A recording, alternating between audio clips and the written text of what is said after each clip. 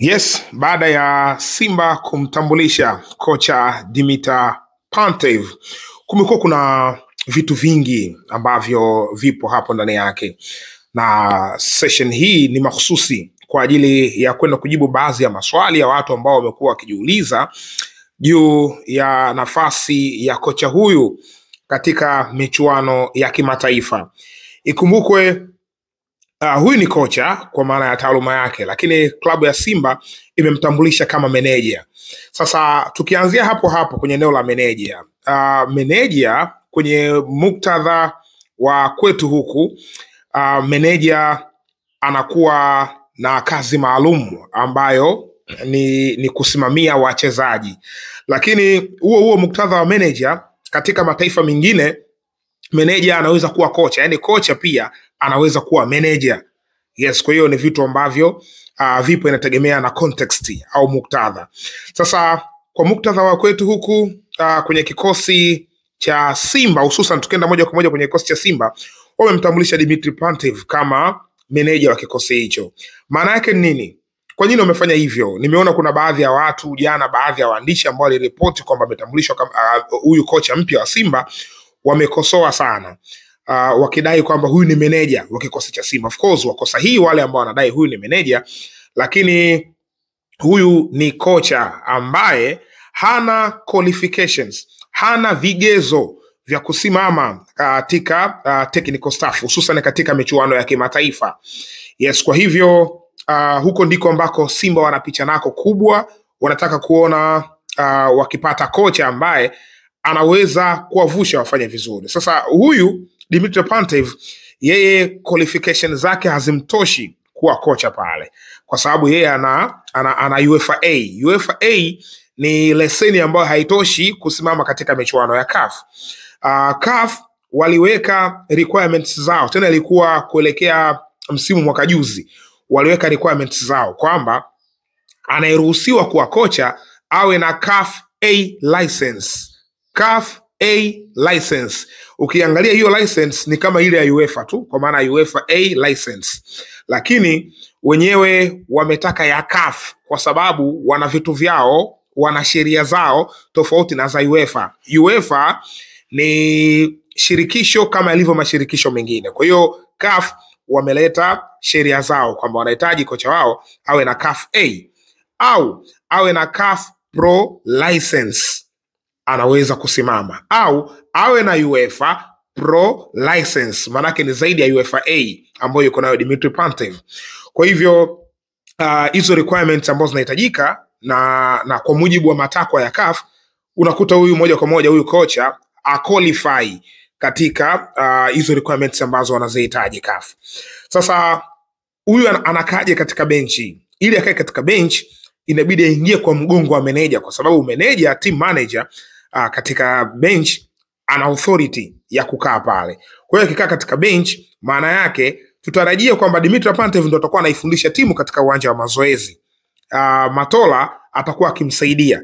Kwa hiyo kutoka kwenye uwanja wa mazoezi ukija katika mechi, maana yake Matola ndo anakuwa kama head, yani makaratasi yanamtambua Matola kama head coach, kama kocha mkuu, kwa sababu ana vigezo.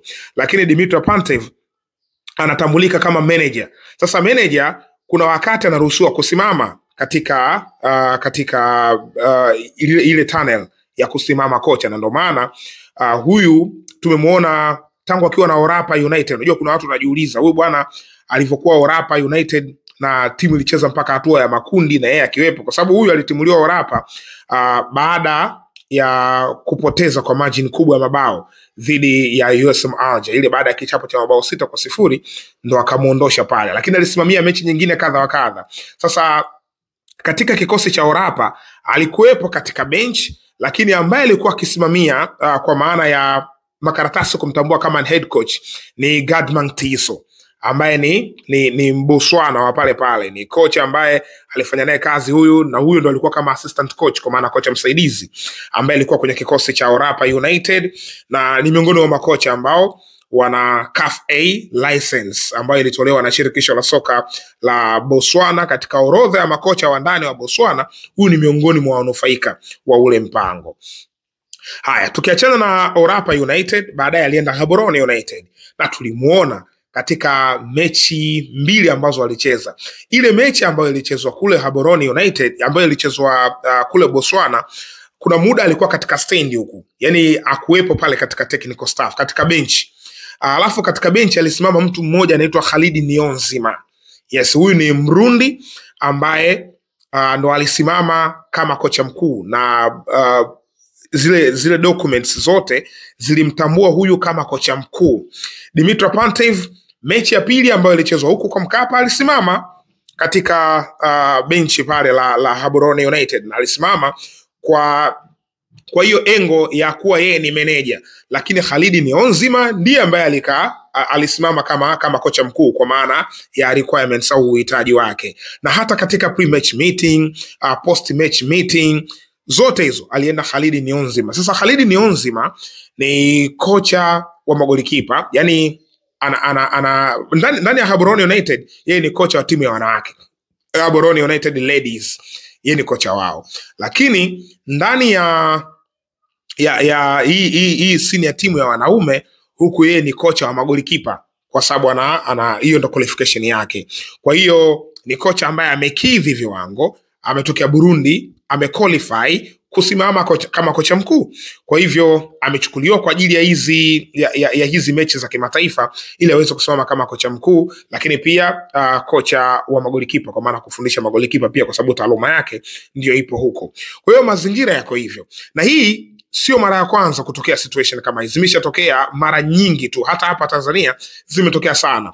Ndani ya Simba, huyu Selemani Matola wakati haja qualify, yani hana hizi license za kuweza kusimama hapo, alikuwa kwenye kikosi cha Lipuli kama tutakumbuka vizuri. Wakati uko Lipuli kama head coach, alikuwa akifanya kazi chini ya Samuel Moja.